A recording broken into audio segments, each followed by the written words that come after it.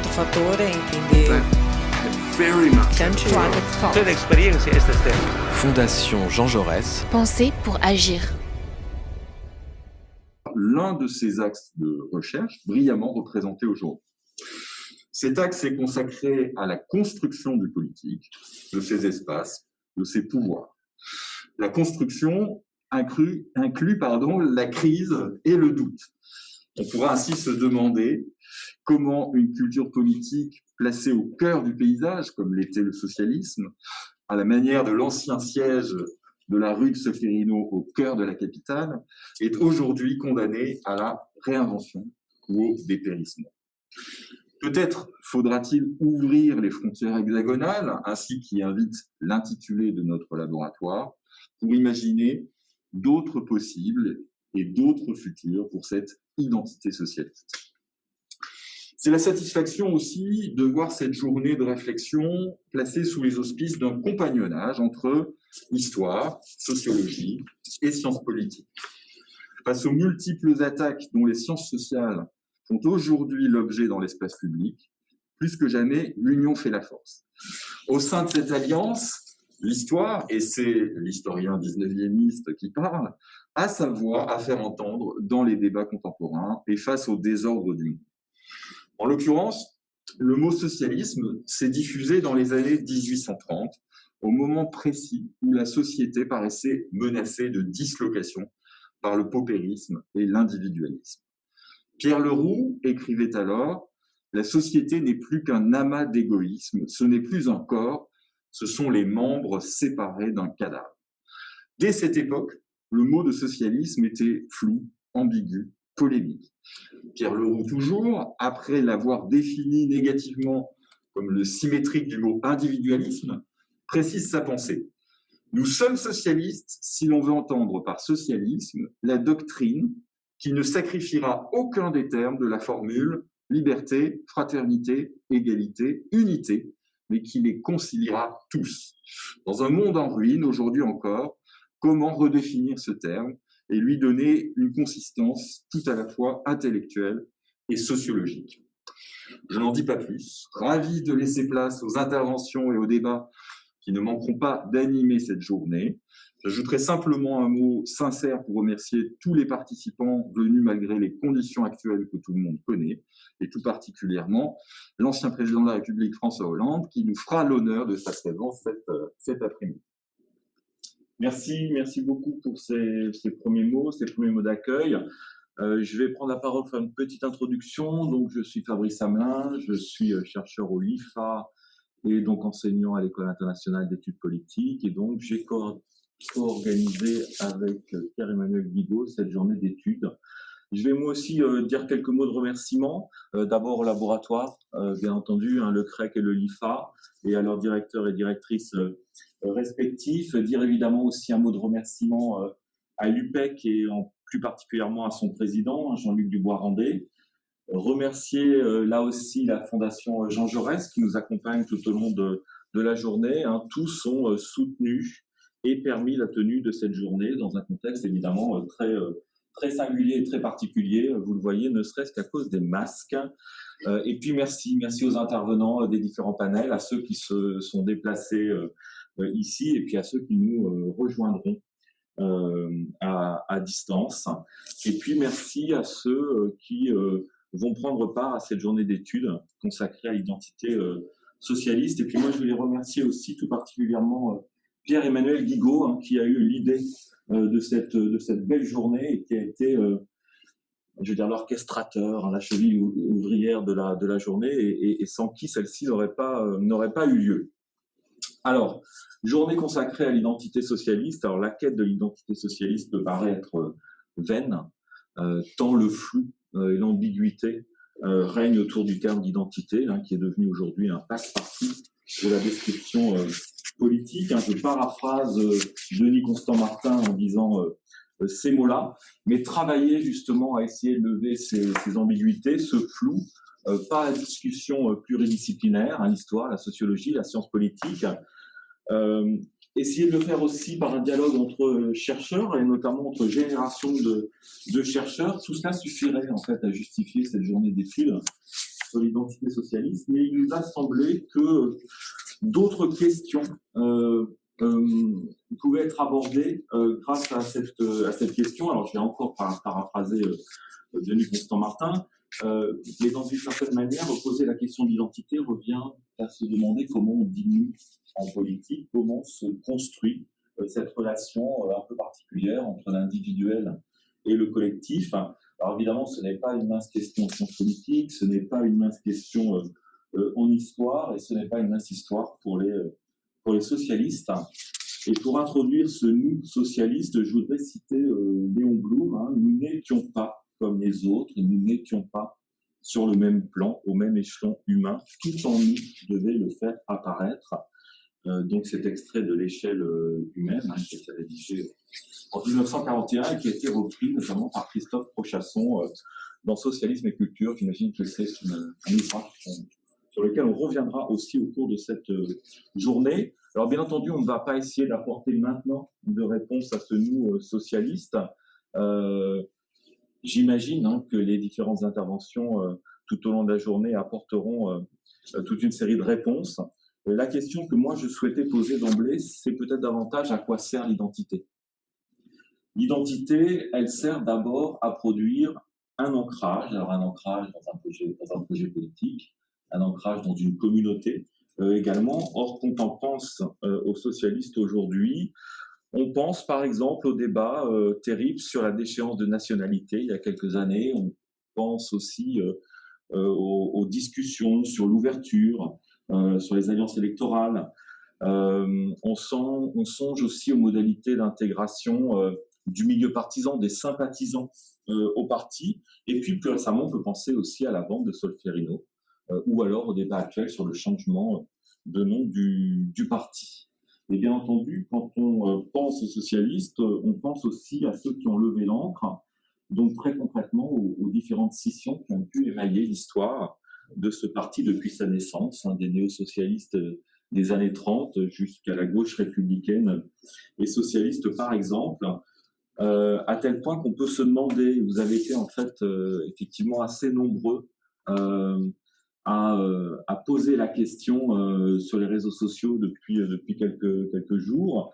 Est-ce qu'il ne vaudrait pas mieux utiliser le pluriel pour parler en fait des identités socialistes? Alors on attend notamment que François Hollande nous en dise peut-être un petit peu plus ce soir, lui qui a proposé que l'on renomme justement le Parti socialiste les socialistes.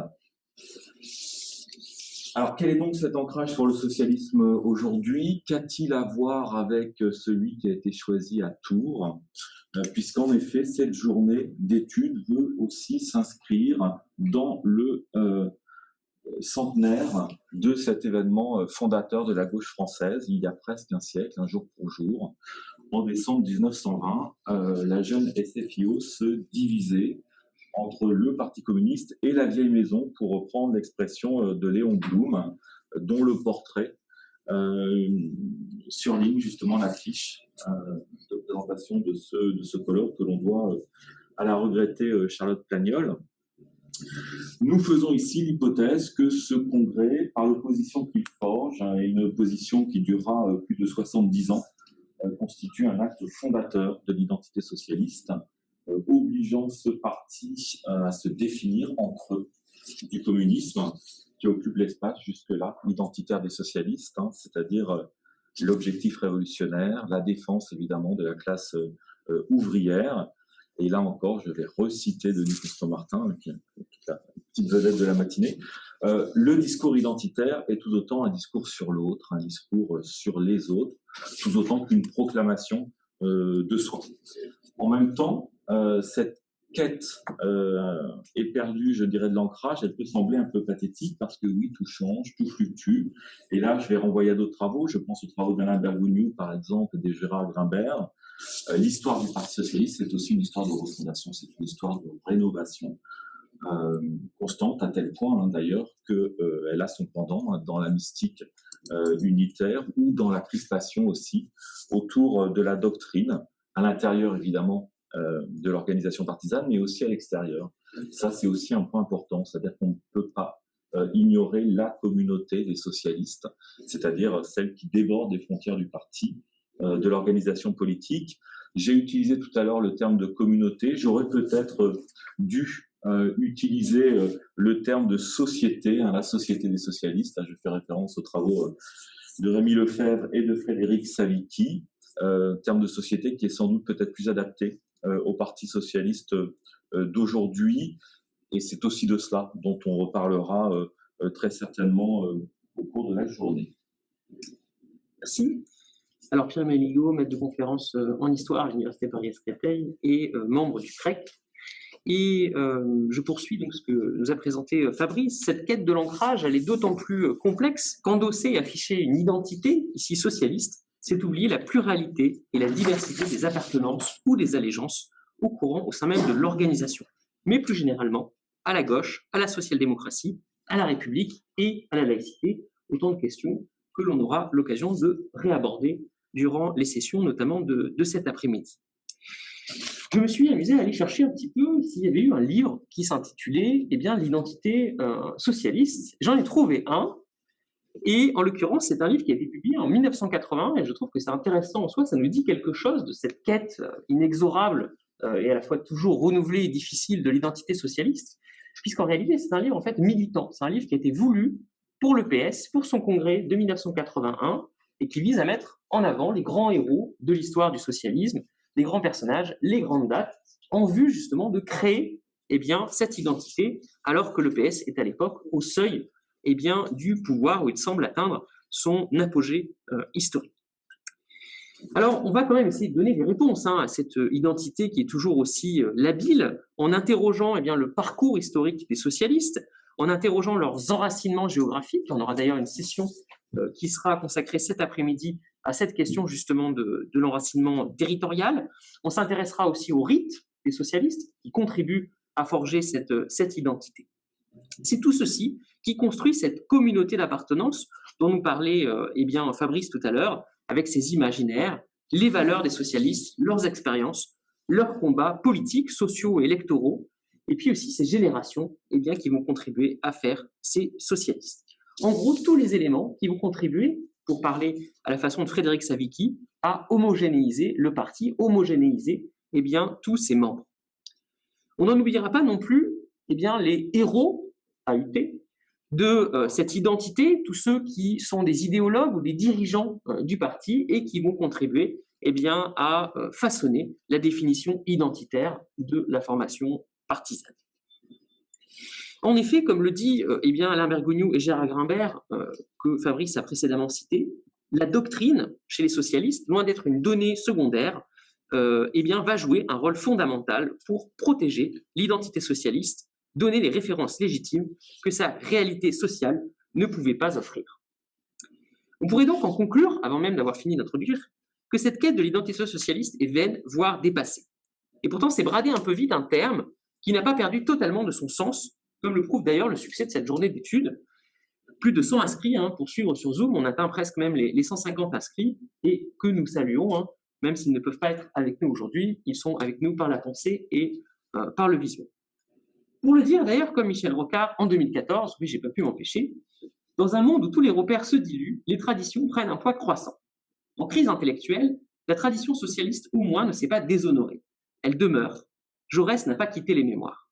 Et puis regardez les conservateurs de France, ils changent de nom tous les 5 ans ou 10 ans et ne savent même plus raconter leur histoire. Quant à l'espoir de recréer de l'émotion et du rassemblement autour d'une tradition, il est hors de portée pour eux. Fin de la citation. Nous attendons donc de cette journée qu'elle nous informe sur l'identité et les identités socialistes. Nous attendons qu'elle nous indique où les socialistes, partis de Tours, sans mauvais jeu de mots, ont successivement jeté l'ancre ou cherché à dériver. À titre plus personnel, nous attendons aussi qu'elle mette en perspective nos égo-histoires socialistes. Elle repose sur une expérience plus longue pour Fabrice, avec une première réunion de section qui date de 1992, j'avais 3 ans, une expérience partielle, quasi exclusivement celle du parti au local, une expérience générationnelle aussi, celle où la structure partisane est dominée par les permanents politiques, celle du parti d'électeurs et de professionnels, celle des échecs aussi, celle d'une désidéologisation du parti, j'espère, non pas de Fabrice, et puis plus récemment, celle de tentatives multiples des socialistes pour se réancrer ailleurs, c'est-à-dire en dehors du parti de cour. On a parlé tout à l'heure des scissions les plus récentes, c'est d'Emmanuel Morel notamment. Une histoire plus courte pour Pierre-Emmanuel, quand même, 10 ans de militantisme itinérant entre Nice, Sciences Po, les Yvelines, les Hauts-de-Seine, de vagabondage dans les couloirs du pouvoir et d'études des réseaux rocardés. De ces histoires socialistes, nous ne sommes d'ailleurs pas les seuls ici à en avoir à raconter. Sur cela, nous reviendrons peut-être. Pour cette journée d'études, nous vous proposons donc un parcours par session, parfois avec des exposés successifs, d'autres fois par un dialogue plus direct entre les intervenants. Nous avons voulu aussi que le dialogue soit intergénérationnel, comme tu l'as signalé tout à l'heure, avec des chercheuses et chercheurs confirmés et d'autres plus jeunes. Alors cette recherche ne pourra évidemment pas être exhaustive. Emmanuel a dit tout à l'heure l'importance d'avoir un regard qui soit international et qui s'intéresse aussi à comment se construit cette identité des socialistes, notamment au sein de l'international socialiste ou le Parti socialiste européen. Ça sera une réflexion à prolonger, peut-être dans une publication, peut-être un jour avec un colloque à venir. Et puis aussi, cette identité socialiste, elle se définit, comme l'a dit aussi Fabrice tout à l'heure, dans le rapport aux autres partis de gauche. Et nous aurons une session qui s'intéressera au rapport entre socialistes et autres partis de gauche. Mais il faudrait aussi étudier ce que les autres partis de gauche nous disent des socialistes. Alors sans plus tarder, nous allons commencer cette journée, entrer dans le cœur du sujet, en revenant finalement aux origines de ce parti, en revenant à ses débuts et à comment ces socialistes se sont rassemblés dans un parti uni. Et c'est ce que nous allons voir dans cette première session avec Christophe Rochesson et Anne Rasmussen. Merci beaucoup.